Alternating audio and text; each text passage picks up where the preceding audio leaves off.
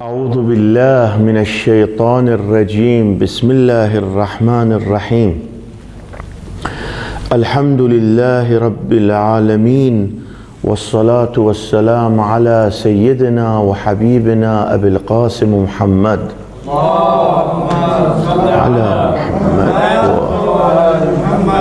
وعلى أهل بيته الطيبين الطاهرين، واللعن الدائم على أعدائهم أجمعين.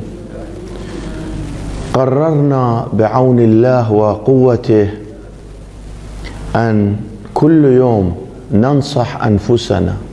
قلت لكم بأن طالب العلم إذا يريد أن الله سبحانه وتعالى يأخذ بيده لابد أن يلتفت لأمور مهمة. من جملة تلك الأمور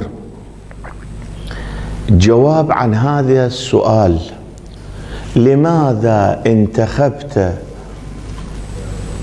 هذا الطريق حرفة لك؟ قررت أن تدرس علوم الدينية، لماذا؟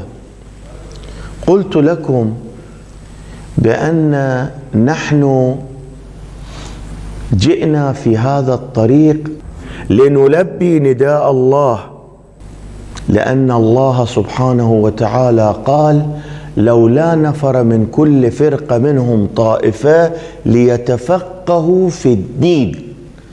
نحن قلنا لبيك لبيك. لابد أن يعرف طالب العلم بأنه لبى نداء الله سبحانه وتعالى، ولابد أن يعرف طالب العلم أهمية العلم.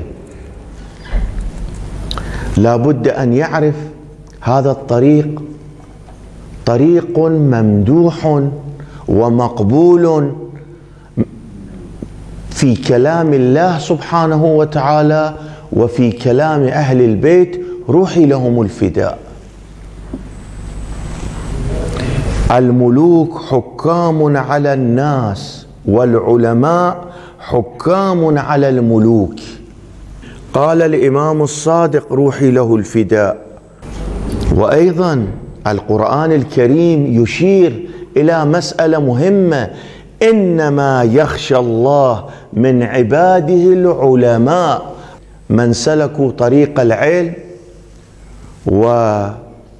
وبدأوا بالتعلم لنصرة الدين، لأنه بالنهاية فلولا نفر من كل فرقة منهم طائفة ليتفقهوا في الدين ولينذروا قومهم إذا رجعوا إليهم لعلهم يحذرون. يذكروهم القيامة، القبر. لابد أن تفعلون هذه الأمور في الدنيا، يعلمون الناس.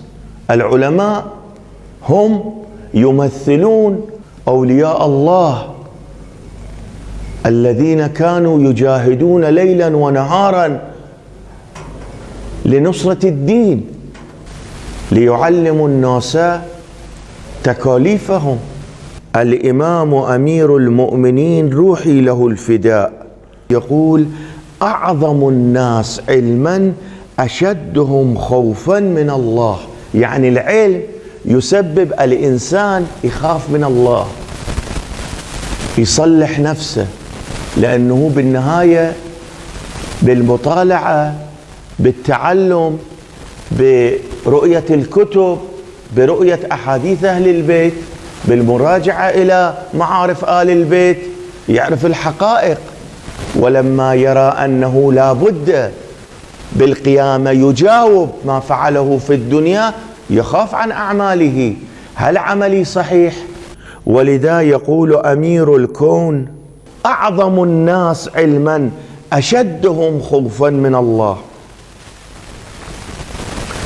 أيضا أمير المؤمنين روحي له الفداء يقول: العلم سلطان، من وجده صال به، ومن لم يجده صيل عليه. شوف، لما كسبت العلم، وفقت لكسب العلم، طبعا بإخلاص سنصل. العلم مجردا عن التقوى لا فائدة له. العلم نور يقذفه الله في قلب من يشاء. العلم لا بد أن يكون مع التقوى، مع الدين، مع الخوف. وهذا الخوف والدين والتقوى يتحقق بالتعلم، لأن الإنسان بالنهاية بمرور التعلم يصل إلى مطالب تخوفه من عاقبة أمره.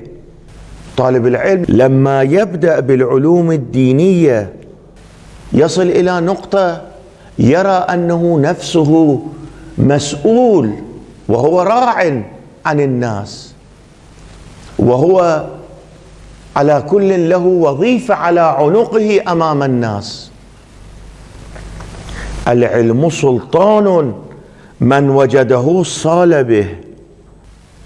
يصير شخص الذي له قدرة هو الذي يصول ويجول، ولكن إذا علم ماكو ومن لم يجده صيل عليه، تسلطوا عليه، الناس يتسلطون، الآخرين يتسلطون. ولكن العلم يسببك أن تكون شخصا مستقلا بحيث تقدر أن تصول وتجول في نصرة الدين. وأيضا القرآن الكريم يشير: قل هل يستوي الذين يعلمون والذين لا يعلمون؟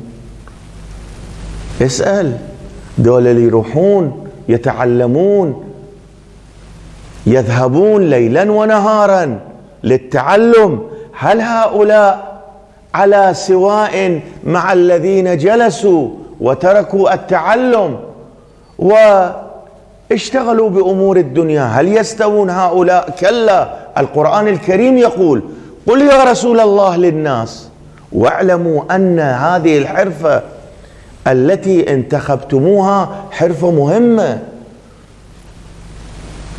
حرفة تخدم الدين، حرفة التي تسبب أن الله سبحانه وتعالى يرفعكم، يعطيكم عزة. طلب العلم فريضة على كل مسلم ومسلمة. شوف رسول الله شو يقول: فريضة، يعني لازم تروح تتعلم، لأن إذا بقيت جاهلا يتسلطون الآخرين عليك، لأنه أهل الدنيا هؤلاء أصحاب السلطة والمقام يريدون أن يسلطون أنفسهم على الناس، عليك. ولكن إذا كنت عالما عارفا لم يقدروا.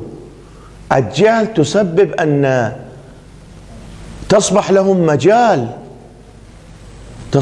مجال لاستقطاب الناس، لإضلالهم، لتضليلهم.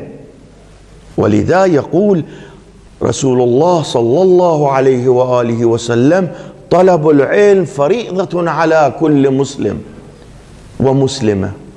وأيضا خذوا الحكمة ولو من المشركين. لاحظ هذا الحديث الشريف، تقول اتعلم، صير خبير، على كل اسلك طريق الذي ينجيك من الضلالة، من الجهالة.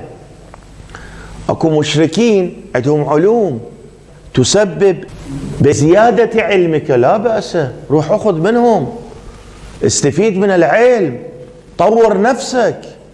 وأيضا واطلبوا العلم من المهد إلى اللحد.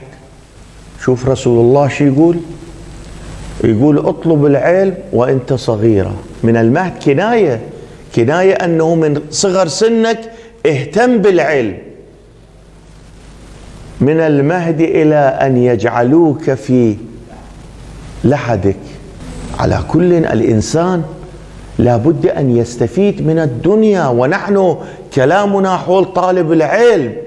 طالب العلم لابد أن يعرف طلب العلم له منزلة ومقام عظيم عند الله. لابد أن ننتبه، لابد أن نتوجه لأهمية العلم.